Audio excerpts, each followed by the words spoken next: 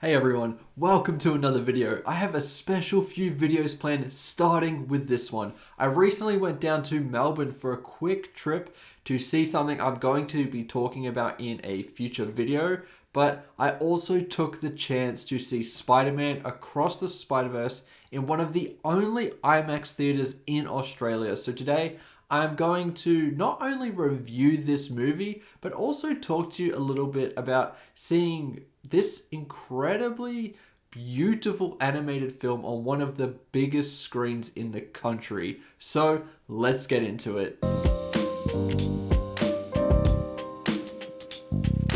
I have to say, I wish I could always see a movie in an IMAX theater. The screen was almost overwhelmingly large. The sound was excellent, and once your eyes kind of adjust to the scale of the screen, it is a cinematic experience like no other. They also had the Spider-Verse soundtrack playing before the movie started, which was a really cool touch. I think for a film like this as well, so many colors really popped and it enhanced the animation even further. I wish I could see films like Dune Part 2 and Oppenheimer in this format because they would be truly incredible experiences. The only thing I would say as a negative for this theater was the seats were a little too close together. Obviously, as an animated Spider-Man movie, there were a lot of kids. There were some in the row directly behind myself and my fiance, and I gotta say, they were incredibly annoying because they kept kicking the back of my seat. In a situation like that, I don't blame the kid, I blame the parent not willing to say, hey, knock it off, that's rude as hell, stop what you're doing. But I think that's just worth mentioning. If the seats were spaced out a little more, this would honestly be the perfect cinema. Now, let's get into the movie itself, the long-awaited sequel to maybe my favorite animated film ever. The first Spider-Verse was an incredible feat that was truly innovative with its animation choices. It has inspired so many other films already that try to follow a similar kind of style, which I'm fine with because it looks stunning. The first also had a brilliant story about becoming who you're supposed to be. It worked incredibly well, and I have rewatched it so many times since. Naturally, this film has a lot to live up to, and honestly, it completely blew my mind with this film. Across the Spider-Verse may truly be the best looking animated movie of all time. They went absolutely bonkers with this style. I mean sicko mode. There are different backdrops, art styles, and expressions that are not just there to look pretty. They help illustrate how certain characters are feeling and describe the inner workings for some characters. But these movies present more than just pretty pictures. There is a story here, and it is incredibly well thought out and is told better than any MCU movie. Miles Morales is a very interesting character who is still trying to find himself, and as of late, I'm really starting to think he might be a better character than Peter Parker. The relationship he has with his parents, and more specifically his father, is really the heartbeat of this movie, and that's what makes it all the more compelling. Miles is going through a lot of problems in this film that kind of all Spider-Man have, which is dealing with the duality of the character. He's lying to his family constantly because he has to cover up his role as Spider-Man. I really like the way that it's explored here, and it's something that could potentially grow into a really potentially catastrophic event as we head into the third movie. You have a lot of returning characters like Gwen Stacy playing a critical role in this film, and the way the dynamics that she and Peter B. Parker have with Miles change a lot here in very fascinating ways. New characters like Spider-Man 2099 and Spider-Woman are welcome additions, with Oscar Isaac in particular providing top-notch voice acting here.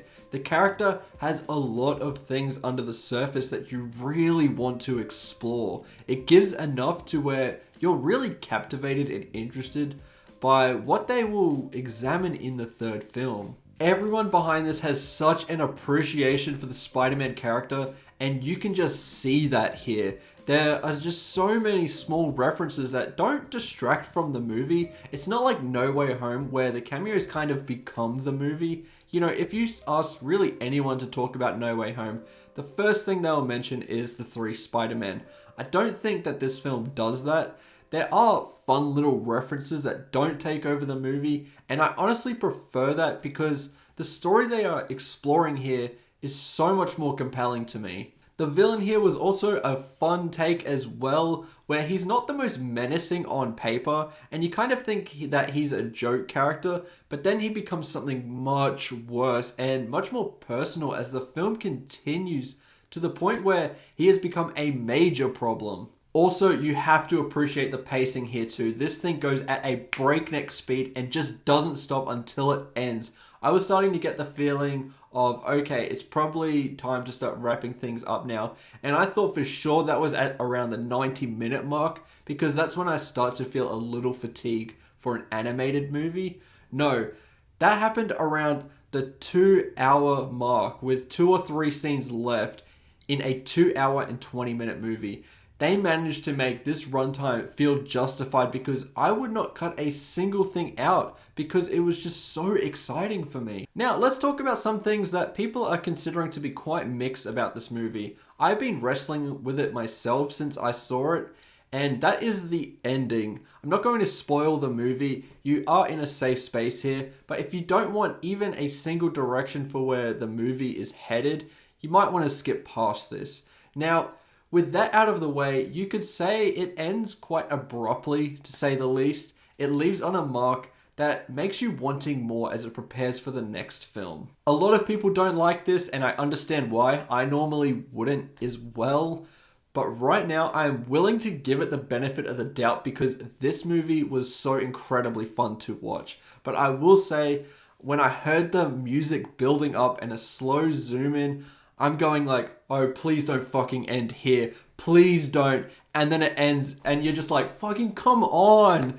Now, I felt that way because I just wanted to see more. The full tale here is not yet complete, but it lays the foundation for an excellent conclusion. I was willing to ignore that with Dune Part 1, and I'm going to do the same here.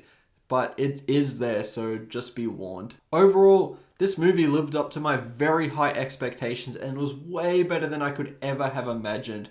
I think it's a tad weaker than the first movie because the story was a hair stronger there, but the animation and pacing is better in this one. If the third lives up to what this has built up, we are looking at maybe the greatest animated trilogy of all time.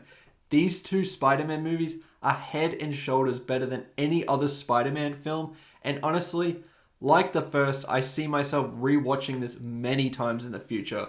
I'm going to give Spider-Man Across the Spiderverse a 5 out of 5 for being just such a joy to watch, which was just further enhanced by an incredible IMAX theater. Anyway, thank you so much for watching this video. Tell me in the comments below what you think of this film. I got some more fun videos planned, with one being from something I went down to Melbourne specifically to see, which is a little bit different to the kind of content I normally cover on this channel. So make sure to hit that subscribe button and I'll see you in the next one. Goodbye.